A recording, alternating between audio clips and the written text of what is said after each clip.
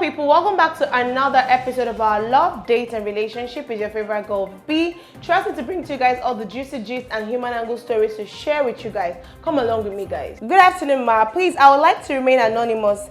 Thank you for all you're doing for humanity. May God bless and enrich you. So my dad is from a wealthy home but was disowned by his father, though it also involves some spiritual stuff. Story for another day. My mom got married to my dad because of love. Both my parents are from Edo and met them. Long story short, my late mom was a hustler and always worked hard, and God always favored her in any business she did, including her office job. My mom was pure, honest, kind, generous, and a very sincere woman. My mom used her connections for my dad so that he could also make his own money, even without certificate. My mom never showed she had more money, not even to we the kids while we were growing up, all because she didn't want us to think less of him. The worst was when I overheard them arguing when my mom bought her first land. My father was very angry she didn't put it in his name, that she's a woman, so why is she wanting to have lands and properties in her name, that she's meant to buy it in his name, that it was the same thing she did when she bought her first car. She bought it in her name and not his. He said a lot of evil things to my mom, said he would never step foot in that house, that she would never be able to build the house, that if she doesn't change it to his name, that's how the land will be there and someone will take it from her. He tried so many things, but all my mom kept saying was she has kids and she lives for them. All her properties will be in her name and that of her kids. I cried secretly for days and I couldn't tell anyone because I overheard what I wasn't supposed to hear. That was when I got to know that my mom was the one paying all our bills all these years down to vacations and including my father's lifestyle. When I got to a certain age, my mom asked to have a talk with me. I'm the only girl and the last child. She said she wanted to divorce my father. And I asked why she didn't do so long ago. She said she was waiting for me to be of age so I can understand things better. That was when I opened up and told her I had known for some years. When we moved into my mom's house, that was when the hell started. That was when I knew he was a drunk. This was a man that said over his cup so he moved into a house owned by my mom. After they separated, my mom still gave him a room in the second flat because she didn't want it to look like she's standing between us having a relationship with him. He never for once paid any bill for us and my mom didn't care because she had the money too. Fast forward to after my mom died, he's still living in our house and now that he's retired, he calls me and two elder brothers, always making one demand or the other. We pay his bills because we know that's what my mom would have wanted. She was a very forgiving person. I know one day I'll ask him of his children that he was sending money to when he never did nothing for me other than bring us shame. My dad caused me trauma because of his drinking habits. He's an alcoholic, a very bad one. He would go and drink to stupor and be falling on the road. He would rain insults on my mom to the extent she would lock herself inside her room just to avoid mental and emotional abuse. When all this were happening, my brothers were in school because my mom had me a bit late, so the age gap is very wide. At a point, I stole his room care. Whenever he returns drunk, I always lock the apartment where he stays so that he won't harass my mom. I always cry for my mom then because she didn't deserve such embarrassment in whenever he returns drunk. Because she didn't deserve such embarrassment in her life. My mom saw her, but all she cared about was that me and my brothers had the best of everything we wanted. Because of the shame and trauma my father brought, I can't bring myself to date a man that drinks because it brings back sad memories. I keep seeing that abusive man. I don't even travel to the family house because he's still a drunk. And whenever I see him, I remember sad memories of my mom crying. And those are memories I try to keep locked up. What saved my mom was that she never listened or took financial advice from him. She rather asked her lawyer. I always feel sad when I remember she's not here to see her kids doing well and staying happy. But I know she's resting and she's in a far better place. Some men are sent directly from hell just to destroy a strong woman. This was such an emotional read. You know, I always tell people this, right? It's always, I don't know, it works out better, I think to the best of my knowledge, when a man marries down.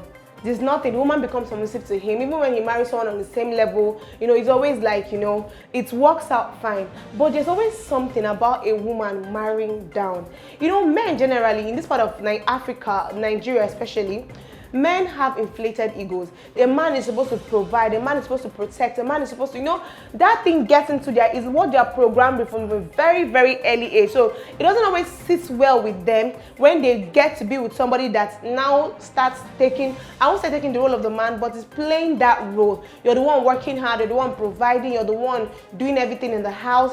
It now makes him, he feels emasculated. Like, it now makes him feel less of a man. Meanwhile, in a modern society, in a very, very, in an open society, you shouldn't feel that way. Your wife's success is your success.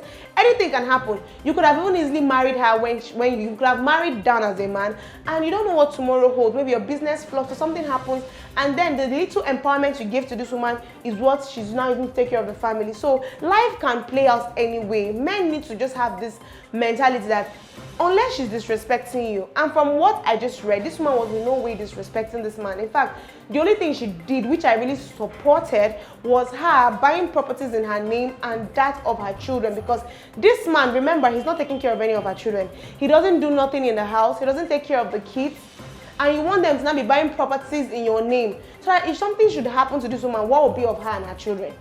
What will be of her children she has left behind? And mind you, the writer said he also had other kids outside.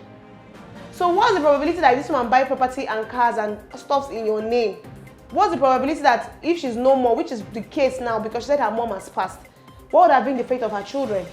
So ladies, I'm always going to advise this. I'm always going to say this. When you're doing certain things, think of the future. Think of yourself. Think of your children that you'll be leaving behind. See, life is a hot pot of beans. A man will always be a man. Men, they are not, I don't know how they reason, I don't know how they think. If you're going to start taking care of a man, be ready to start from the beginning to the end, because once you start, it makes them lazy, it makes them lay back, it just makes them just relax, and then they start to pour their frustration on you, as if you're the one that made them not to go out there and work, as if you're not making them not to go out there and hustle. So it doesn't always end well when a woman is the provider of it's as if you're taking the neck and putting it on top of the head. Like the head now comes to where the neck is, and the neck now is where the head is supposed to be. Like if you see such a woman being with such a setup, it doesn't look right, it doesn't make any sense. Dear poster, I'm so sorry that you had to go through such a traumatic experience, but from what you've said, your mom was still very kind to him. So regardless of all he did, your mom probably forgave him, even though he did not tender any reasonable apology. She was still kind to him. She still treated him well regardless of that. And I'm going to ask you that if you can't, like you said, you stopped going to the family house, that's okay. You understand? That's okay. That's how you are healing. That's really fine. I'm not going to tell you to just forgive him, let go of the hurt, just for your own benefit, for you to heal, for you to be able to, move on, get a life, build your own family that you will not have to transfer that trauma to maybe your husband or your kids, because now you're saying you can't even date someone that drinks. So imagine what if you have a son that is maybe nice to you, everything, but he just drinks just for fun, not like he drinks and becomes drunk and starts falling on the road or into the gutter, but he drinks, with friends, when you're around, just maybe a bottle, or just to, relieve stress and all those kind of stuff. So imagine that you find a very nice guy and then you're telling him, no, I can't do this because of you drink alcohol. No, you're now trying to portray someone's insecurity, someone's fear, someone's past onto him. So I'm going to ask you to please forgive your dad. Your mom has passed and she was still kind to your dad, so that means she forgave him. So forgive him. I'm not asking you to build bridges or to repair or to become close to him, but just forgive him. Acknowledge everything he did and forgive him. He might not come out and apologize to you. He might have done so many hurtful things to you and your siblings, but look at it, didn't stop anything. You guys turned out right. Your mom made sure you guys were good. It didn't stop anything. So look at it as one of those things and, move on from it, heal. If possible, go for therapy. Go for therapy, because at this part of the country, so many of us have gone through so many trauma. In fact, this story it's like a basic story in so many Nigerian homes. But when men come out, because of how sensible some women are, men take the glory that they're the providers of the home. But so many homes are being held down by the matriarchs of the house, by the mothers in the house. But they don't come out to say jack about it, and men tend to take all the glory. So this is also a very traumatic experience for so many other people. If you found yourself in such a condition, please do well to take therapy so that you don't transfer those traumatic experiences to your kids, to your spouse, and as well forgive the perpetrators. Because trust me, once you're holding on to so much hate, so much anger, to so much, it limits you as a person. And with that, guys, we've come to the end of today's episode on our love, date, and relationship. Let me know what you think in the comment section. She's going to be reading the comment section. Before you go, please don't forget to follow us on all of our social media handles. On Instagram, we go by e.com_official. For Facebook and YouTube, we go by e.comofficial. And for Twitter, we go by edotcom01, all in lowercase alphabet. I remain your favorite girl, B. Bye, guys.